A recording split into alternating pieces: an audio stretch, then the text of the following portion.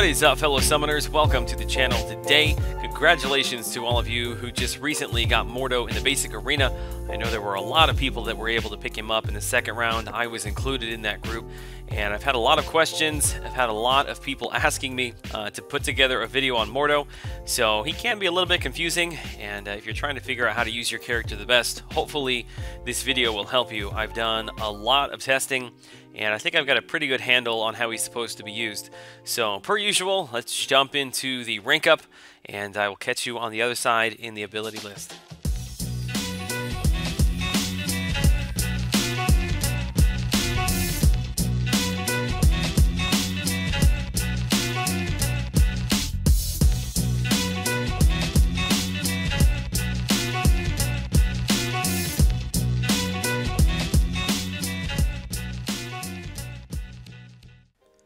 So at this point, Mordo has been in the game for quite a while now, and I think that everybody has probably faced him several times in Alliance Wars and is fairly comfortable understanding, how good of a defender is and what makes him so good.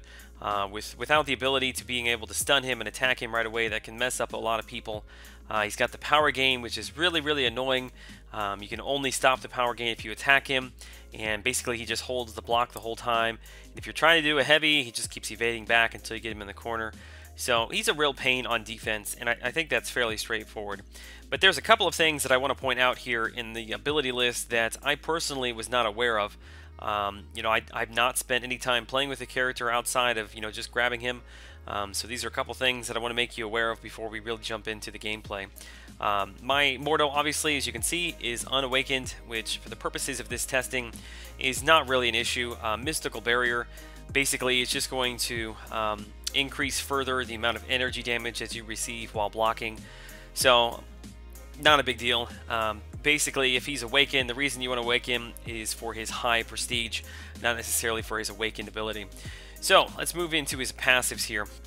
So the first thing I want to point out here, which isn't a huge deal breaker, but it says that Mordo's astral form ensures that every ability properly activates, resisting against ability accuracy effects. So essentially, Spider-Man evading back or Nightcrawler evading back when you're trying to land a special, he'll always land those. However, in testing, Daredevil Classic, if you do not stun him first before you try to use the S1, which is a ranged attack, it's going to miss just like normal. I'm assuming Daredevil doesn't have an ability accuracy. It's a signature ability that allows him to do that. So I guess that's the workaround there, but not that you see Daredevil a whole lot on like on a defensive node, but maybe in special quests, just be aware you cannot use the S1 without stunning him first and expect it to land because he will evade through it. The second part there of the passive, we've already talked about that a little bit. That is the power gain that he gets every 8 seconds. He fills up a bar of power. Can only be interrupted by hitting him. Then when stunned, his astral form senses incoming non-special attacks. That's the big one there. You can hit him with special attacks while he's stunned.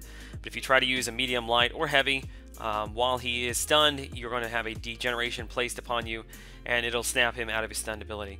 Now, the only workaround that I know about this is Drax, which I'm sure that's fairly common knowledge at this point. Drax medium attack, since it's a double hit, for whatever reason, it works around that.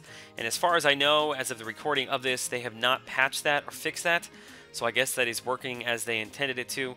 But yeah, I'm sure we've all been hit by many times at one point or another by that degeneration. Blocking, after holding block for half a second, Mordo can block unblockable special attacks, which I did not know that. Which that sounds super OP, and it does work, just like it sounds. I've got a video here. This is an Iron Patriot Unblockable S1 in Road to the Labyrinth. It's Chapter 3, Quest 1, I think. But yeah, you can see with Black Widow, blocking through the S1, she takes all the damage. Whereas with Mordo, blocking with the S1, even though it's unblockable, I've had the block up for half a second, and I don't take any additional damage. Now, the problem with that is that in order to bait out specials, obviously you have to have your block down. If you're just sitting there holding the block so that you have it to, the ability to block unblockable specials, it's just not going to work. That's not how the AI interacts. You have to have your block down. You have to be kind of moving forward towards the character, and typically, and you can do it. I saw it, I showed it there with Iron Patriot, but for most of the time, I would not take him in specifically to deal with, like, let's say Alliance War, the unblockable S2 node. because more than likely the timing of that is just not going to work out. If you're trying to bait it out, you're walking forward towards him with your guard down. By the time he starts his animation, even if you're real quick on the trigger and push that thing down, it's probably going to be a 50-50 chance of you're going to be able to unblock it, or going to be able to block it or not. So it's just kind of something to note. It's pretty interesting. You know, maybe there'll be a time for a special event where we see that being used, but for now, just make note of it. Heavy attacks. Okay, this is where it really starts to get interesting for me. So the heavy attacks do two things, and I knew that you gain fury stacks, so I'll jump down to the second part. He gains up to 10 fury stacks while he's charging his heavy. And typically, if you are running a special event or a quest, and the enemy does not have limber, when you stun them and hold down the heavy, you can basically get a maximum of 3 furies. I've not been able to get more than 3 fury stacks. If you're fighting a character who has limber, you may only be able to get 1 or 2, but those charge up fairly quickly when you're holding your heavy. You get to 10 stacks just within, like, it's less than 2 seconds, I think. And then Mordo, I think more importantly here actually, is Mordo actually gains 16% of his max power per second while he's below 1 bar of power. So essentially, between holding down the heavy and the power gain that he gets every 8 seconds, you can almost all the time have a special attack 1 that's up and ready, which you'll see that's kind of how he is supposed to be played, but I'll get into more of that in detail here in a second. The special attack 1 has a 30% chance to stun for 3 seconds, which when I did a lot of my testing, I actually ran him with the Quake and Hawkeye team for a 15% increase to ability accuracy on top of that, and found that it actually procced quite a bit. But that 3 seconds, I mean, that's quite a bit of time. That's enough time for you to run in, for you to hold a heavy, to gain a few furies. If you're really quick on it, as far as the timing goes, you can actually use the heavy, gain furies, and still come in with an S1 or come in for a 5-hit combo. So it's really interesting, the special attack 1. On top of that, it causes degeneration, so it doesn't hit very hard. It's not really the purpose of it. It's all about the degeneration. Now, one thing that I find really interesting about the degen is that it's linked to the amount of fury stacks that you have. So as you can see here, when I have no fury stacks active, I use the S1, it degens for 148. And then every single time that I have more fury, you know, it starts to do more and more damage per tick. Now, with just holding down the heavy, you can only get a maximum of 10 furies. But when you use your S3, which I'm jumping a little bit ahead of myself, but when you use your S3, you actually gain 3 additional fury stacks. So if you hold down your block, when you have your special 3 ready, hold down your block, get to 10 fury stacks, use your S3, you'll come back into the fight with 13 furies, and then that is the time that you really want to take advantage, do as much damage as you can, fire off as many S1s as you can, because that's when the degen is going to be ticking for its absolute most, is during that window. Now, the special attack 2, let me jump back to, the special attack 2 is really interesting. It's got what's called a soul barb, and it lasts for 14 seconds. It deals a percentage of damage there, you can see it, per opponent buff. So this is kind of similar to like Magic with her S3. The more buffs that the enemy has when you use it, the more damage it's going to do. It's something similar to that. The more buffs that the enemy has active, the more that this soul barb is going to tick for. So, like if you use your S2 and the enemy has no effects on them, they don't have a fury and armor up, anything, that soul barb is just going to sit there for 14 seconds, and as soon as it runs out, it's gone. It won't do any extra damage. But if at any point during that 14 seconds they gain a buff effect, let's say they gain 2 furies or they gain a couple of armor effects, for each one of those, it starts ticking away. And when you are fighting characters, like I'll show in a second, a character in Road to the Labyrinth that gains a lot of physical resistance and furies, you know, if they're gaining 2, 3, 4, 5, 6, you know, the more buffs that they have, the more damage this is going to do. It's not capped off anywhere. So whether or not you actually include this as part of your normal rotation is going to be completely dependent upon the character that you're fighting against. So if you don't have a character who gains a lot of you know, buffs through attacking them, maybe they only gain them through attacking you, you know, you're probably not going to have a lot of chance to use that. Secondarily, though, it also has got a 70% reduction on health regeneration, which, I mean, 14 seconds is a long time. That's a long window there, so you can really play around with that. And kind of like for Ultron, let's say you know that you're getting ready to push him into the S2, you've got 14 seconds there to play around with to push him into the S2 to reduce his damage. You know, when he finally does tick off that regen, it's going to be reduced. The regen is also going to kick in the soul barb, going to cause damage. So characters like Wolverine, you know, characters who gain a lot of regen, soul barb is going to kick in and do damage because of that regen. The regen is also going to be reduced by 70%. So it's got a couple of interesting effects the S2 does. It can be used very much for offensive purposes. If you've got opponents who have a lot of fury effects, it's going to cause a lot of damage.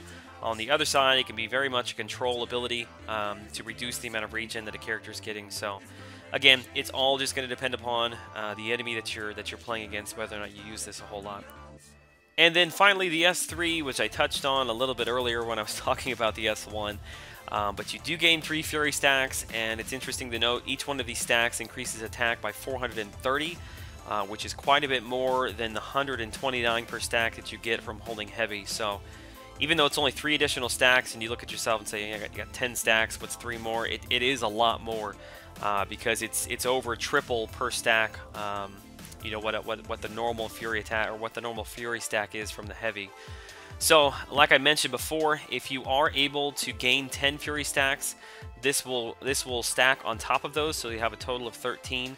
And the way that you do that is when you have your S3 ready. I'll show you here with Winter Soldier, but basically you bait out a special, evade back, and hold down the heavy as soon as the animation is done, as soon as you've evaded it. And those Fury stacks, there's enough time there, you'll get to 10. And if you see the enemy coming at you, just let your heavy attack go and hit the S3 right away. Then when you come out of that, you'll have 13 stacks of Fury. You'll be doing a lot of damage when you're hitting with normal hits, but then also because you've got 13 stacks, your degeneration from the S1 is going to be ticking quite a bit higher as well. So do the best that you can to dump in as much damage, to do as many S1s, all within that kind of window there after the S3.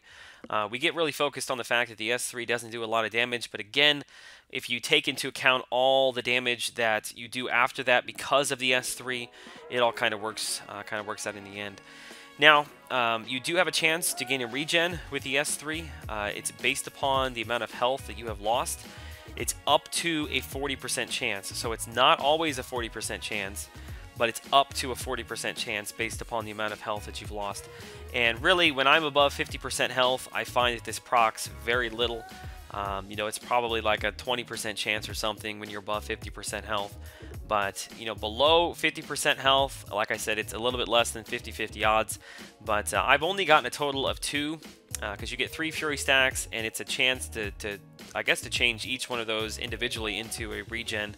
But I've only had up to 2 regen stacks, which when you get 2, plus I have the recovery mastery, that is quite a bit of health that you gain back. I wish it was a little bit higher percentage chance there, so it was a little more consistent. If it was more consistent, you could take on enemies who had like spiked armor and things like that, because you just knew, hey, if I'm getting low on health, I can pop this S3 and regen. But, you know, sometimes it's there for you, sometimes it's not. It's just something to be aware of. And then real quickly, before I move on, I'm going to jump over here into his attributes and look at one thing which I think should be pointed out. His block proficiency, if you look at it down there, it's at 48.4%. Armor ratings, it's 10.8%. You will notice that you take a significant amount of damage even when you're blocking, and that is the reason why his block proficiency is really, really low. If you compare him to another character like Electro, you know, Electro's not known as a defensive champ, but if you look at her block proficiency, it's 10 percentage points higher. I mean, that is a lot, especially for a character that's not even a defensive character. You know, Mordo's got 48%. She's all the way up at 58%. Even her armor rating might be a little higher. I didn't look at the number there, but I think it might be a little bit higher. Another character, like, let me look through here, like Electro. Electro's another one we always assume is a glass cannon, can't take a punch. But if you look, again, his block proficiency is at 53%. So again, not quite 10% higher, but it is still much higher than what Mordo's is. Let me find another example here. What about Rocket? Yeah, Rocket's a good one here. If you look at Rocket, even before he gets his armor buffs that you add on there, he's at 52%. So what is that? It's a 4 percentage points higher. Not a huge amount, but again, I'm just trying to make a point that he can't take a hit. Hawkeye, another one. I always feel like I'm taking a ton of damage when I'm blocking with Hawkeye. But if you look at his block percentage as well, it's at 63%, which is, what, 15 percentage points higher than Mordo. So I guess, I don't know, I was assuming because he's got like this special looking block ability that his block proficiency was going to be higher than normal or maybe average, but it's not even average. It's below average at best. So that's another reason why I really wish the S3 was more consistent and had a higher percentage chance to get regen, because he's not really a character that you can use for a lot of fights. You know, unless you are a god at intercepting. If you're blocking normally, even parry blocks, but if you're blocking normally from time to time, you're going to notice that you're losing quite a bit of health through block damage. So I just wanted to point that out before I moved on. So I was having a really hard time trying to figure out, are you supposed to gain Furies and do special attacks? Are you supposed to gain Furies and do your S3 to get even more Fury? Like, I couldn't really ever figure out what the purpose of this character was. Like, surely with all of the power gain and the interesting degeneration, like there's got to be a way to play this character, and I was just totally missing it. And then it finally it dawned on me when I was practicing against Kamala Khan in the Road to the Labyrinth. He is very much a, what could I call him? He's a specialty attacker. He's great on defense across the board. You can put him on almost any node, but when it comes to offense, he's really, really good, but in very special case scenarios. So what I want to show you here, first off, is a fight in... this is Road to the Labyrinth. This is chapter number 4. I think this is 4.4. But what you're seeing here is Kamala Khan up against X23, which my X23 in this fight is rank 5. So my Mordo is only rank 4, so right off the bat there, you know, we've got a character who's a higher rank. We've got all the bleeds that are running, and I just want you to look at how many hits it took me to take her down, even with all those bleeds, ticking at 214 per tick. You know, it was a total of, I think it was 90 hits. Yeah, there it was. 90 hits. Now, I'm going to play for you the entire fight of Kamala Khan versus Mordo, and do I want to spoil it for you?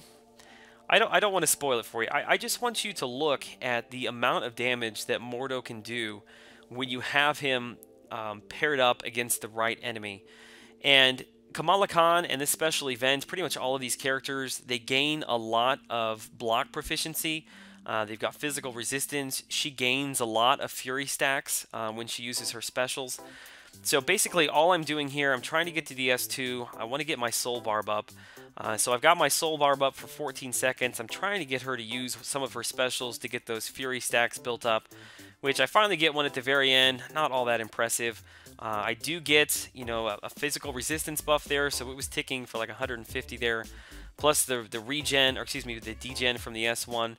And really from this point forward now, all I'm doing is I am going to spam as much as I can that S1.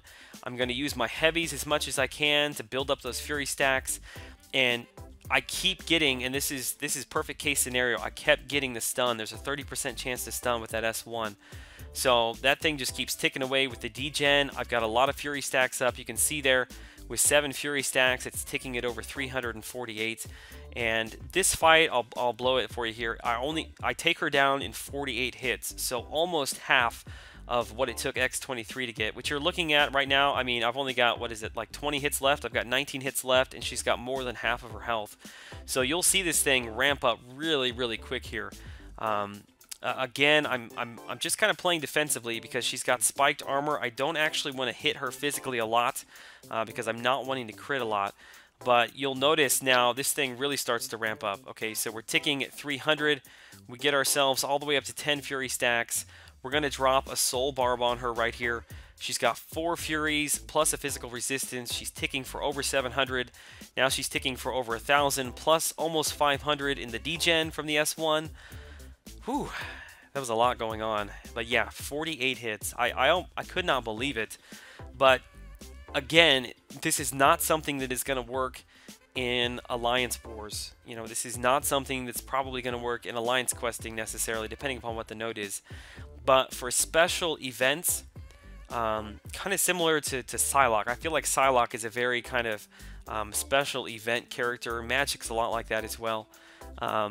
He is a very interesting, because if the timing comes together, he can blow through people like that. You know, that's not the only time that I did a fight like that. I recorded that a couple times and was able at many times to get like right under 60 hits.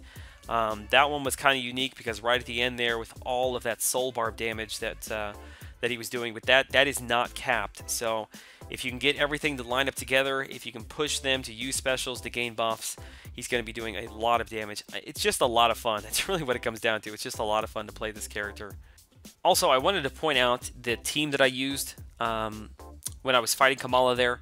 I used, and I mentioned it earlier, I used a combination of the ability accuracy from Quake, the synergy she gets with Hawkeye. It's 15% ability accuracy, so it's a higher percentage chance for him to be able to stun on the S1. And then I also paired that up with the synergy between Black Widow and either Hulk or Ultron, which I threw, or not Ultron, excuse me, Hulkbuster.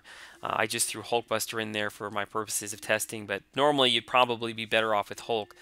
But yeah, there's an increase. There's a 25% chance to stun with each special attack. So there's probably, well, I don't know what it would be. It's 30% times 15%. So I've probably got somewhere in the neighborhood of like a 35 to 40% chance to stun with the synergy with Quake. And then there's a 25% chance on top of that that I'm going to be able to stun with the Black Widow, Hulk, or Hulkbuster synergy. So really interesting the way that those played off of each other. Again, this is not really something that I would use normally because you just can't. There's not enough characters to use in Alliance War. But for my testing, I found that actually to be a really good combination. I did some testing playing around with power gain teams. I thought, you know what, if I've got a really strong, like 20% power gain team, I'm going to be able to spam that S1 almost the entire fight. But it was almost overkill. It almost got to the point where when you've got that much power gain, anytime you're holding down and using a heavy, by the time you use it, when he gets his power gain, you basically have 2 bars of power almost instantly. So it was very much overkill with a power gain team. Mordo himself has actually got a couple of crit buffs. Crit helps him a lot because he doesn't inherently hit real hard. He's really kind of reliant on having those fury stacks to build up his degeneration. But if he can have those crits from his base attacks that he's doing, that's really going to help him as well. Now, I know this video is getting really long now. I have a lot of other information I wanted to talk about, but I don't want this thing to go on for like an hour. So, you know, my final thoughts on him, where would I use him at? I just don't... I wish that Mystic Dispersion was not such a detriment, because he would be awesome in Alliance Wars. His unblockable ability I think you could use from time to time. His ability to use Soul Bar would help. But when you're coming up against characters who have Mystic Dispersion, you know, you're just going to feed them so much power that, you know, if you're going up against the Magic, she's going to have Limbo almost the entire fight because she's just constantly gaining a bar of power. Characters like Dormammu, who, when they're awakened, they put a degen on you whenever a buff falls off, so you're going to constantly be having that happen. So for Alliance Wars, unfortunately, right now, I don't see him as a very good option for Alliance Wars. I think he would be outside of Mystic Dispersion, but I think Mystic Dispersion really kind of eliminates him from that position. In Alliance Questing, if he wasn't so squishy, I think he would be a really good character. The problem is when you're running even map 5 later in the week, or you're running map 6 at all, those characters hit so hard that you're going to be taking a lot of damage from blocking, and you're just not going to be able to consistently rely on that S3 to regen and bring you back up. So really, AQ and AW, you know, you're not going to see him in there. Obviously, Alliance War defense, he's great anywhere. Throw him in there wherever you want. But like I said, definitely kind of a special character, special events, maybe some unique nodes that we'll see coming in Act 5. I could see him being used for. But I think he's worth taking. Again, I've only got him at rank 4. If he's at rank 5, he may be able to take a few more hits. I definitely think he's worthy of rank 5, if nothing more than just having an excellent defender and having somebody on your roster who can deal with special events when they roll around. So I like Mordo a lot. I wish I was able to play with him more. Definitely will be sliding him in to my defense as a rank 5 character here very soon. But yeah, definitely let me know what you think about him. If you have found a different kind of play style with him, if you found different spots for him in the game. All right, guys, thanks for stopping by the channel today. I appreciate the support as always. I hope this video was a help to you. I hope you enjoyed it. Until I see you in the next one, have a great day.